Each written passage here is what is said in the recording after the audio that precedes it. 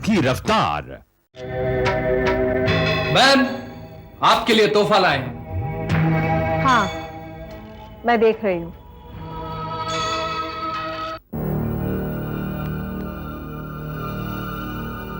ये कौन सी जगह है? बस इतना कह सकती हूँ, ये सेफ जगह है, तुम्हें यहाँ कोई डर नहीं।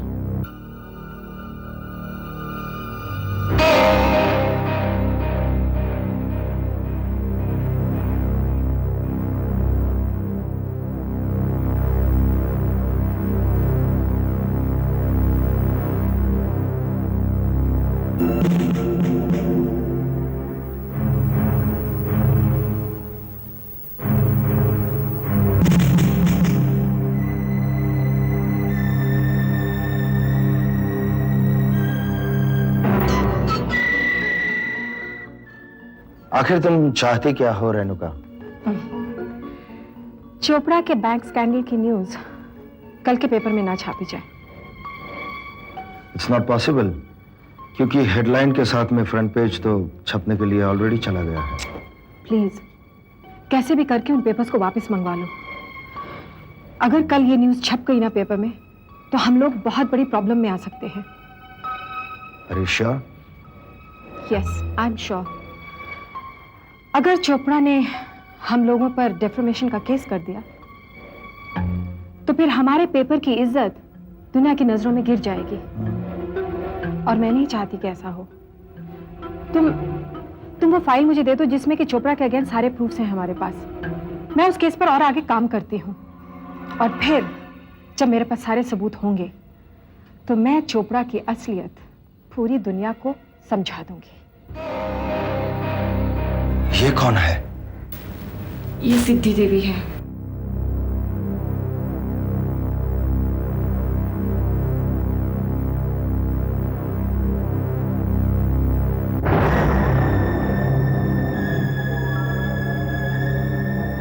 नहीं, ये सिद्धि देवी नहीं हो सकती।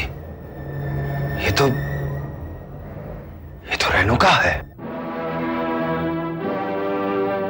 अब ये सिर्फ सिद्धि देवी है।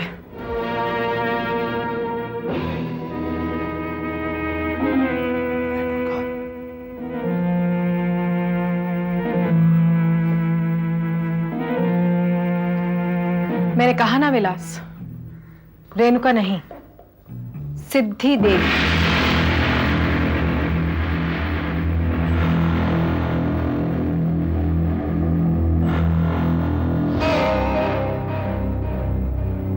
अब मुझे पता चल गया कि तुम लोग मेरी कुंडली कैसे जानते हो।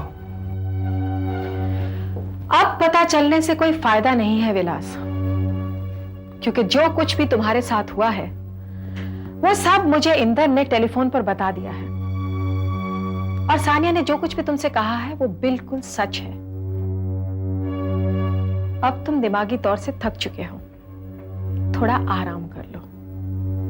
और हाँ, यहां से भागने की कोशिश मत करना, क्योंकि यहां पर आते हुए कदमों के निशान तो रह जाते हैं, जाते हुए कदमों के नहीं। समझे? मैं यहां एक पल भी नहीं ठहरूंगा।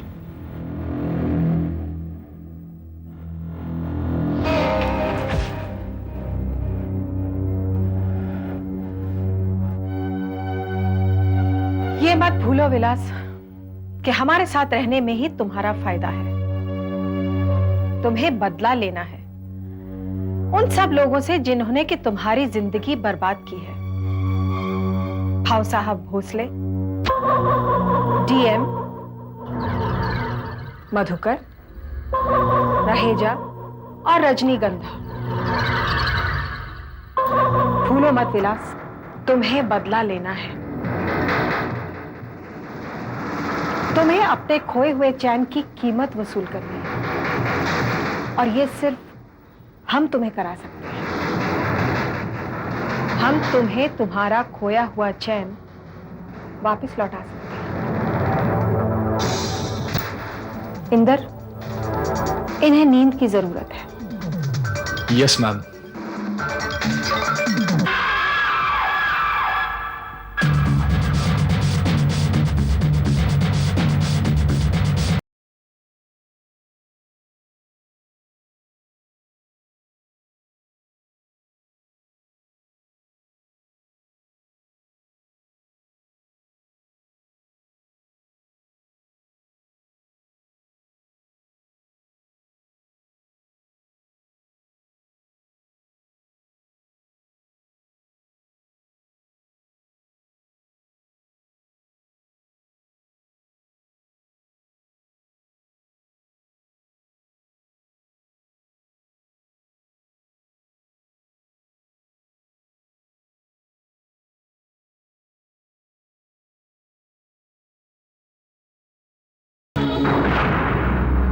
मुझे चलने दो।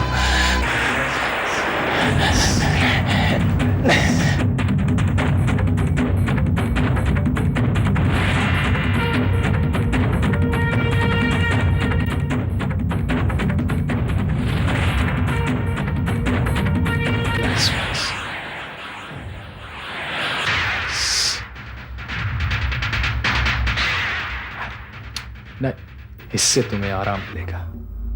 कहीं भाग नहीं सकते विलास, कहीं नहीं।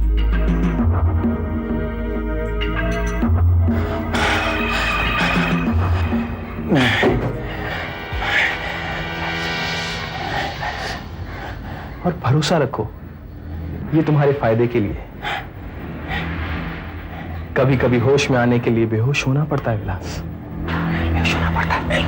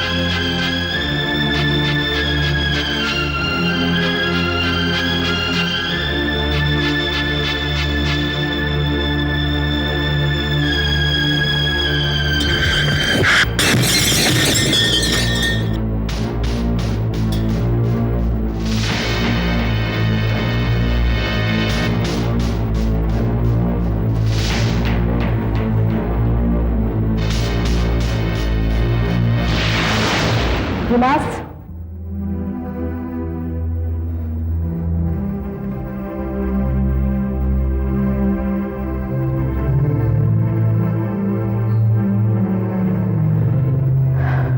अपना ये जोश बचाकर रखो, क्योंकि कभी ना कभी तो तुम्हें बाहर वाली दुनिया में जाना है, अपने घर और अपनी पत्नी के पास वापस लौटना है और उन सब लोगों से बदला लेना है। तो अपना ये गुस्सा उस समय के लिए बचा कर रखो।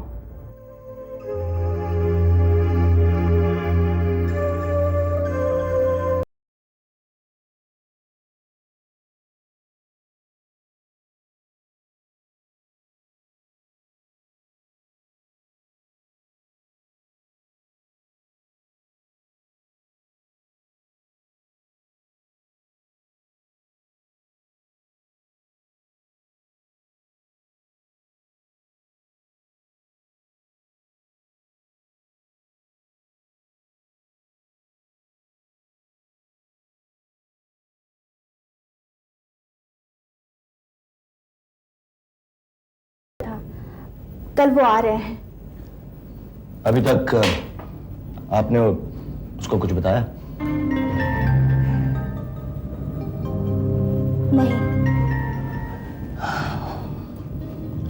अभी मेरे ख्याल से नितिन को अभी तक कुछ नहीं मालूम। एक्चुअली किसी को भी कुछ नहीं मालूम है, लेकिन आपको नितिन से कुछ नहीं छुपाना चाहिए। सब कुछ साफ साफ और सही से बता देना चाहिए। ऐसी बात किसी से छुपती भी नहीं है। मैं क्यों छुपाऊंगी? हमने कोई गुनाह तो नहीं किया। जो कुछ भी किया समझ बूझ कर किया। मैं अपने पति के साथ हूं और हमेशा उनका साथ दूंगी। That's more like it. अब तो चाय नहीं बल्कि खाने की दावत होनी चाहिए। लेकिन एक गड़बड़ है यार, मैं खाना नहीं खा पाऊंगा, फ्लाइट है मेरी। चल यार मैं चलता हूँ। बाय भाभी, बाय। योगेश, मेरे ख्याल से फ्रैंकफर्ट पहुंच के मैं नितिन को एक फोन मार देता हूँ। उसके कानों तक ये खबर जल्द से जल्द पहुंचनी बहुत जरूरी है। मेरे ख्याल से यही बेटर रहेगा। चल। ये भी भूतों की तरह आता है और भूतों की तरह चला जाता है। योगेश, आप नितिन से कुछ नहीं कहेंगे। जो कुछ भी कहना है मैं कहूंगी। लेकिन अभी अभी तो विशाल कह के गया कि वही कह देगा। कभी ना कभी तो पता तो चल ही जाएगा ना उन्हें। कल नितिन भैया आ रहे हैं, हम उनसे मिलने जाएंगे। What? Oh no.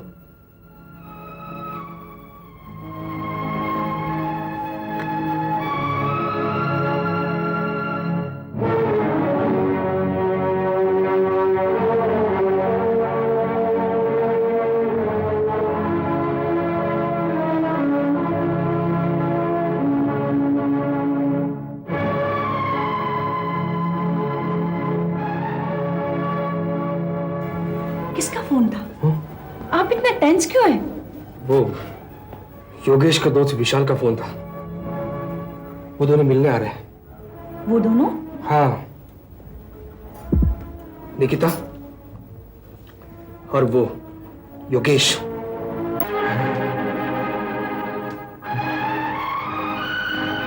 भैया,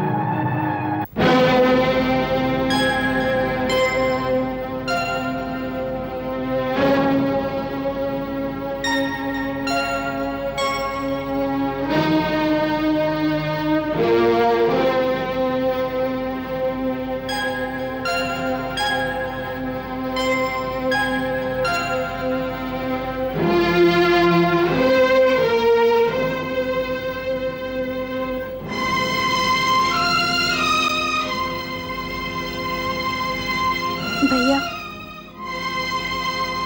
मैं आपसे कुछ कहना चाहती हूँ।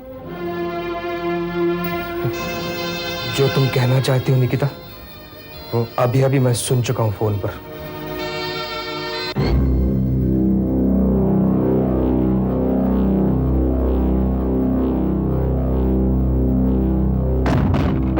फिर भी मैं अपने मुंह से स्वाभिमान के साथ कहना चाहती हूँ।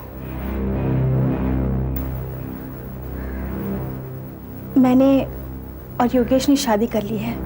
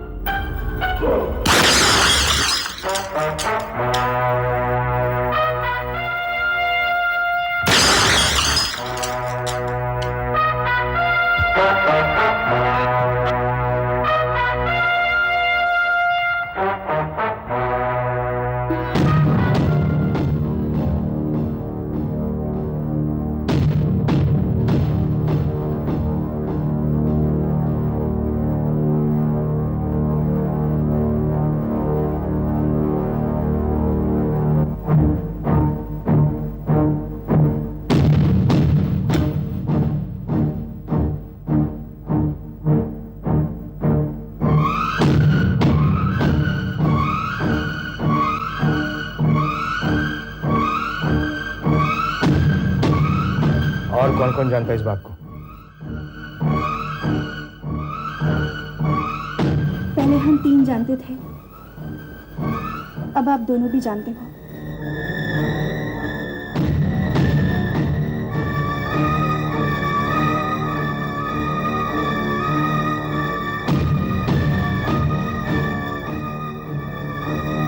निकिता, क्या मैं जान सकता हूं कि जो कुछ भी हुआ, मतलब जो कुछ भी तुमने किया वो सही है?